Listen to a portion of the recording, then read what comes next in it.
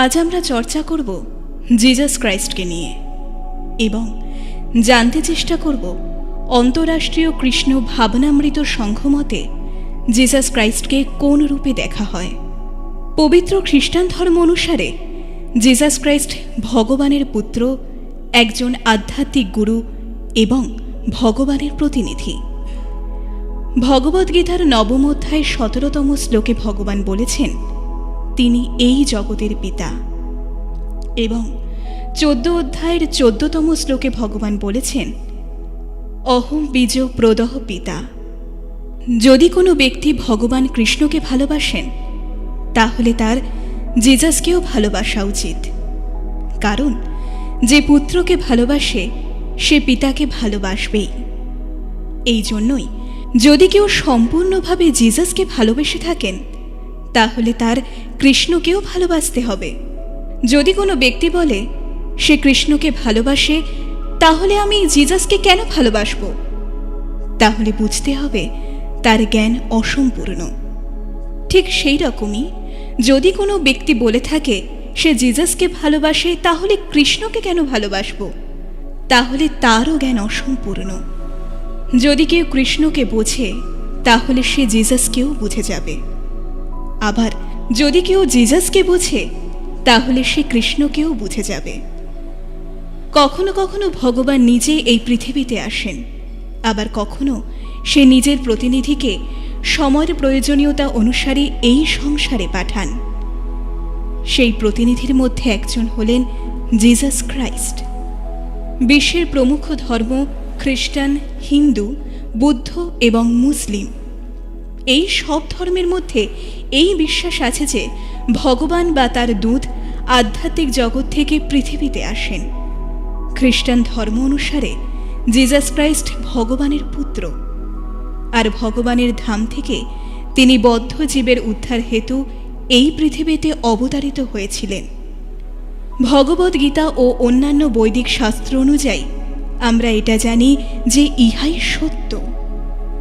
অতএব মূলত বিচারধারাতে কোনো ভেদাভেদ নেই, কিন্তু অন্য সংস্কৃতি, পরিবেশ এবং সভ্যতার কারণে বিবরণ আলাদা হতে পারে, তার পরিভাষাও আলাদা হতে পারে, কিন্তু মূল সিদ্ধান্ত একই থাকে যে ভগবান এবং তার প্রতিনিধি বদ্ধ জীবের উদ্ধার হেতু এই পৃথিবীতে অবতারিত হন।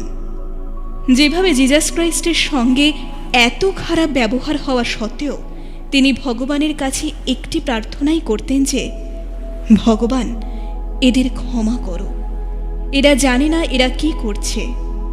ঠিক সেই রকমই বৈদিক গ্রন্থেও এরকম অনেক উদাহরণ আছে, যেমন হরিদাস ঠাকুর, বাসুদেব দত্ত এবং প্রহ্লাদ মহারাজ।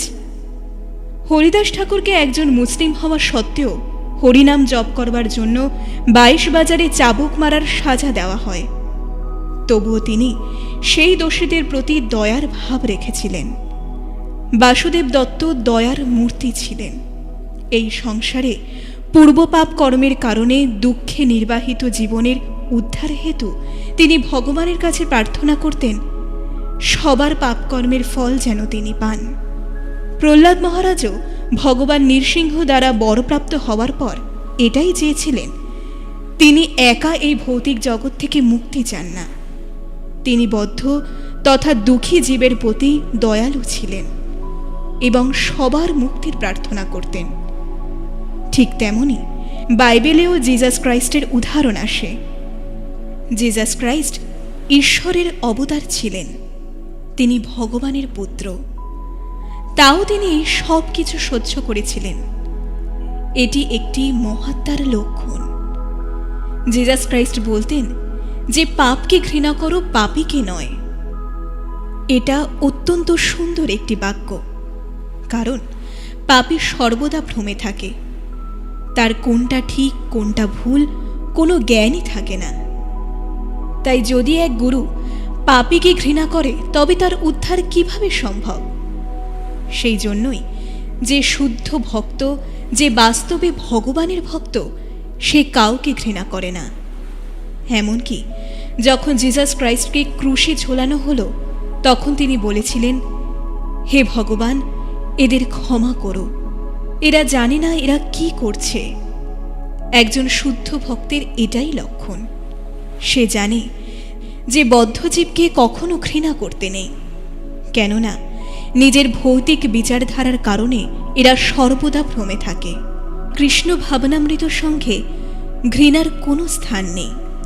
প্রত্যেক মানুষের এখানে স্বাগত, হরে কৃষ্ণ মহামন্ত্র জপ করার জন্য, প্রসাদ নেবার জন্য।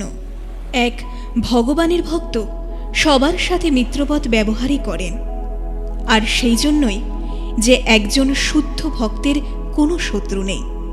ভগবানের ভক্তিতে যার শিরভক্তি আছে সে ভালো করে জানে ভগবানের ভক্তিময় সেবা দিয়ে ভগবৎ প্রাপ্তি, জন্ম মৃত্যু চক্র থেকে রেহাই পাওয়া তথা মানব জীবনের সব সমস্যা দূর করা সম্ভব। সেই জন্যই নিজের ব্যক্তিগত জীবনে অনুভব করা ভক্ত সমস্ত মানব সমাজকে এটি প্রদান করতে চান। বাইবেল এবং ভগবদ্গীতা তথা উভয় জায়গায় এটি উল্লেখ আছে যে একবার ভগবানের ধামে যায় সে কখনো ফিরে আসে না, তথা সর্বদা তার সাথে আনন্দময় পূর্বক নিজের জীবন অতিবাহিত করে থাকে। ভগবানের ভক্তের ইতিহাসে এরকম অনেক উদাহরণ আছে যারা ভগবানের নাম প্রচার করার জন্য নিজের জীবন সমর্পিত করে দিয়েছেন। আর তারই উদাহরণ জিসাস ক্রাইস্ট। তাকে অভক্ত দ্বারা শুলিতে চড়ানো হয়েছিল, কিন্তু ভগবত ভাবনার জন্য নিজের জীবন বলিদান করে দিয়েছিলেন তিনি। এটি অত্যন্ত কঠিন কাজ, কারণ কৃষ্ণ ভাবনা ভাবিত ব্যক্তি জানে যে তার দুশ্চিন্তা এবং দুঃখের একমাত্র কারণ হল সে ভগবানের সাথে তার নিজের শাশ্বত সম্বন্ধ ভুলে গেছে। সেই জন্যই মানব সমাজের সবথেকে হিতাশীত হল সেই জন যিনি নিজের এবং তার আশেপাশের মানুষের সমস্ত দুঃখকে দূর করবার জন্য তাদের উপকার করে থাকেন। এইভাবেই একজন শুদ্ধ ভক্ত সর্বদা ভগবানের সেবায় ব্যস্ত থাকেন। অতএব এইভাবেই আমরা বুঝতে পারি যে ভগবান তাদের প্রতি কতটা দয়ালু, যে সর্বদা তাদের সেবা করেন, তাদের জন্য সব সময় তৈরি থাকেন, যেভাবে জিসাস ক্রাইস্ট করেছিলেন। তাই আসুন আমরাও জিসাস ক্রাইস্ট থেকে প্রেরণা নিয়ে নিজের মনুষ্য জীবন বদ্ধজীবের উদ্ধার হেতু সমর্পণ করি এবং ভগবানের পরম কৃপার প্রাপ্তির জন্য প্রয়াস করি। ধন্যবাদ।